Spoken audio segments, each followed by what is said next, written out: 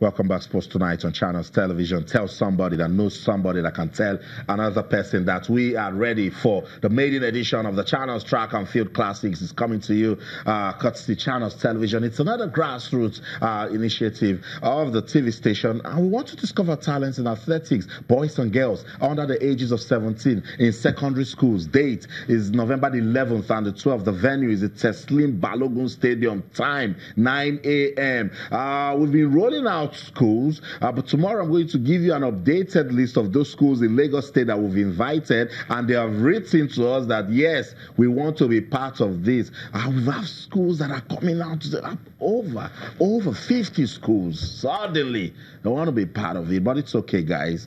There's still enough time for us to discover those talents. Keep doing what you're doing, and we are coming for you. It's the Channels Track and Field Classics. It's the maiden edition. We love it. We want to discover talents in athletics. Let's get on with the show now. Let me let you know, if you're a big fan of African football, that Al Ahly of Egypt, they will take on Esperance of Tunisia in the second leg final of the CAF Champions League. First leg ended 3-1 in favor of Al Ahly. 2 penalties in that match for the home team, which was Al Ahly, and a VAR call that was questionable. Let me get Shola Rogers talking. Ikena says the first leg result will affect tomorrow's game. Do you support? Standard. I agree with Ikena on this one because, look, it's 3-1. It's not 1-0 or 1-1 or 2-1. There's a 2-goal margin, and what will happen is that Esperance now know that they've scored away, and that will boost their confidence when they are playing at home. But Al Ahly, these guys are perennial champions. They are used to playing at this level. They are going to come to Esperance and they will frustrate them. Yes. They will not let them play their football. You know how North Africans play now? They're so organized that they will disorganize you. Now, but it's 2 North African teams. I can't wait for tomorrow. But if I have to put my money, my smart money will still be on Al Ahly. Wow. How important will refereeing be in this second leg, Kenya? Because the referee was questioned. Pundits out there said he was carried away, intimidated by the home fans. Would that put any form of pressure on the referee for tomorrow? There will be pressure. Wow. There will be pressure. Even in the game at Alexandra, the Esperance bench kept running towards the linesman. They kept arguing with him, the fourth official, and everybody. So it's going to be massive tomorrow. There will be, and every decision will be questioned. So there will be, expect the referee going to the VAR, to the video to check incidents every now and then. It's going to be tough for him, for whoever is going to handle it. I don't envy the person. It's going to be tough for the person tomorrow. But it's going to be a great game. It's going to be an awesome game. Yeah, we hope so too. A game that will get us talking about the right reasons. Football, not to take away the fact that Al Ahly also scored a brilliant goal in that match that ended 3-1. But of course, the 2 penalties really got us talking. Why do you keep talking about the 2 penalties? No, because so you see, penalties are part of football. Because I know this is where I have a problem with some of us. Like, we keep pointing out, like, oh, maybe you should give one or not give the other. But remember that Nigeria also was in that same situation in the Under-20 World Cup, and it happened, and there was nothing we could do about it. You get penalties are a part of football. Yeah. Are you doubting the fact that the penalties were... No, not doubt. You know, pundits can only question it. And they said that in both cases, there were minimal contacts. They said was there contact? What they call soft penalties. Was there contact? There was contact. What does the rule say? They also say if that happened in the other part of the field, would it be a free kick? What does the rule say about contact? I'm not even after the contact. I'm saying that the VAR was consulted. So we're saying that we saw the VAR at the World Cup. Apology Colina said it had 98% success rate. And if the VAR in the CAF Champions League in Africa is consulted, and people are beginning to have problems. What are you doing? I want you to tell me. Are you trying to tell us? We want to have a final that will not have this sort of conversation. Let me tell you something here. Controversies will always be a part of football, with or without the VAR.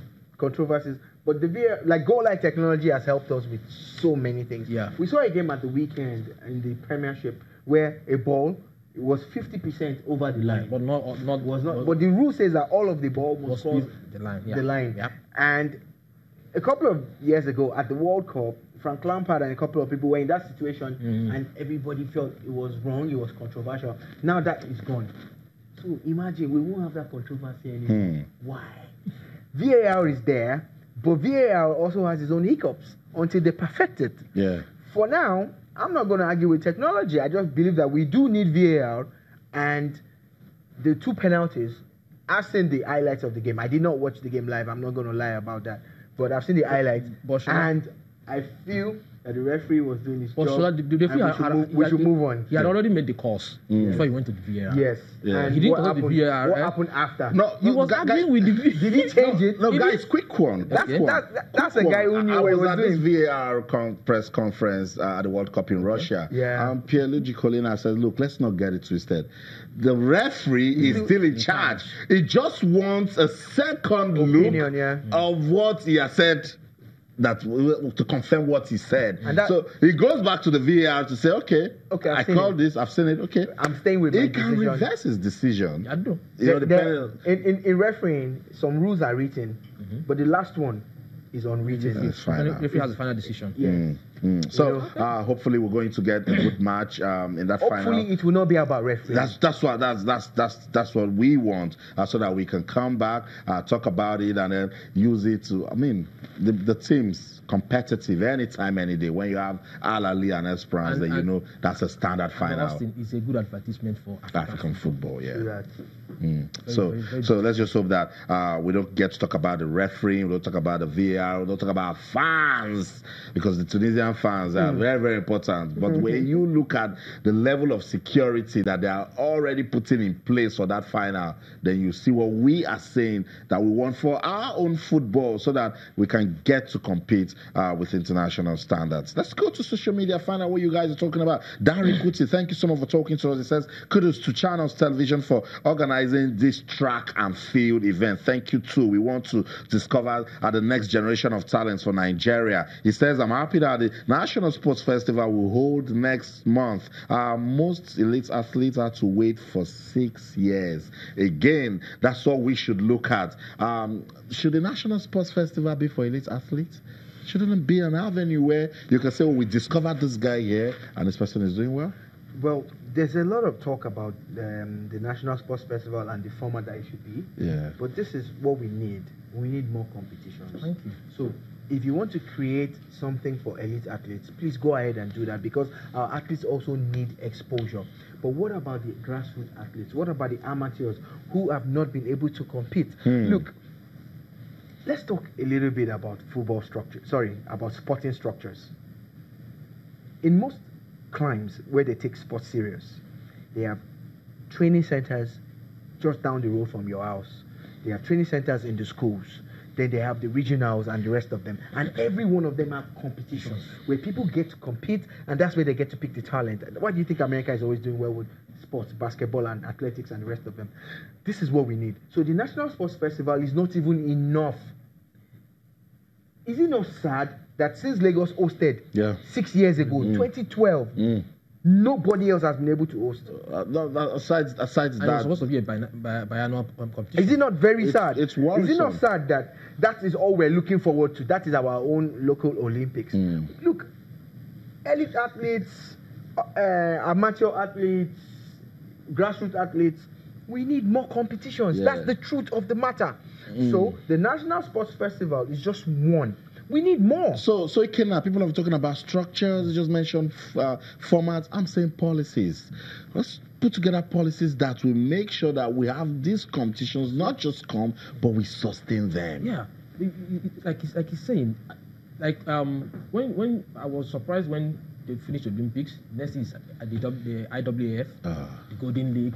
So there are competitions. The tennis players go off to their Grand Slams. The football, the league starts. So everybody is busy. But after the National Sports Festival, nothing else happens. I know. So we'll wait for maybe when the Commonwealth will start, when the Olympic will start, then we start preparing again. So many years ago, we had the Dala Art Cup. Oh my God. We had the Ogbe Art Cup. We had so many Lord Rumens. We had so many tournaments. I know. They started the cycling.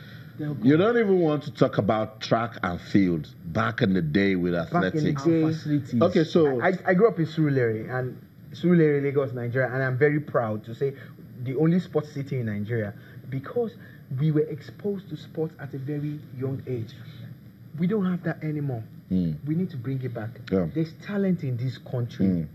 Sports will do so much for Nigeria. Extremely. I am begging. Right. I am begging. They know, Shala. I will continue. Let's do these things. When we continue to talk about it, let's go to Tunis. International sports journalist Lofty Wada joins us now live on the program. We want to take a look at that second leg crunch encounter in the final of the CAF Champions League between Al Ahly of Egypt and Esperance of Tunisia. So, Lofty Wada, good evening. Welcome to Sports Tonight. Thank you for the invitation again. Thank you very much. Awesome. Good to have you on the show. It's the second leg of the final of the CAF Champions League. First leg ended 3-1 in favor of Al Ahly. What should we be expecting tomorrow when they file out for the second leg? I think personally that, as you can imagine, Al Ahly are favorites. They have the experience and they have this 3-1 lead. And added to that, Esperance have a very shaky defense, and they will miss two key pieces of their team, Shamsuddin and Dawadi in the heart of the defense, and the very influential Cameroon midfielder Franco, who balances the team in the midfield. So let's talk about the outlook of that first leg. I've had the guys in the studio, and they said those calls that some analysts, pundits, followers of football termed controversial, and the VAR affected the results. Is it going to play out same way tomorrow? I think, yes, as you said, the calls were very controversial, to say the least, as Walid has won two penalties which were very slight, and even the second one, actually, he gave a punch to an Esperance defender, then he in a very Diego Costa-esque antics, he tore himself his own jersey from the referee, and I hope personally that this second leg of the fight will be without any controversies, because you know that the atmosphere is very hard, especially after the first outcome of the game. I know. What should we be expecting from Esperance? I think they will play all for all. Actually, they will play for. They have to win. I think personally that a 2-0 win isn't very possible, actually, because their defense is very shaky and leaky, and they will miss, as said seconds ago, they will miss Franco and Shamsuddin and who are very important to the team and to the defensive balance. And I think that they will need more than two unanswered goals to qualify and to win the trophy. And I personally think that Al Ahly will win it. They have that advantage, and even they have the Tunisian team haven't beat Al Ahly since almost 8 years, so they have this psychological advantage over our teams, and especially over Esperance, as they also won against Esperance in 2012. The final, the same scenario, actually, they had to finish the job in Rades, and they finished the job, they won it also, and now they're in a very comfortable position to win the ninth trophy, the ninth African Champions. I know. I totally agree with you on that one. Let's see what the football will give to us. Thank you so much, Lofty Wada, for speaking to us. It was straight about it. It's Al Ahly and Al Ahly. You know, we said it earlier, right? So actually, Lofty is someone that I do respect a lot. He knows a lot about African football, especially from the northern part of the African hemisphere. So, but let's talk about this. Al Ahly, 2 goals gap. There's virtually no way Esperance, with the kind of team they have, will overturn that. Because if Esperance score, I see Al Ahly scoring too. Let's see, but football has a funny way of responding to all of these things. Let's go on this break. When we come back, if we've got some more time, we'll take your tweets. Otherwise, we'll just wrap up the show. But don't go anywhere. Stay with us.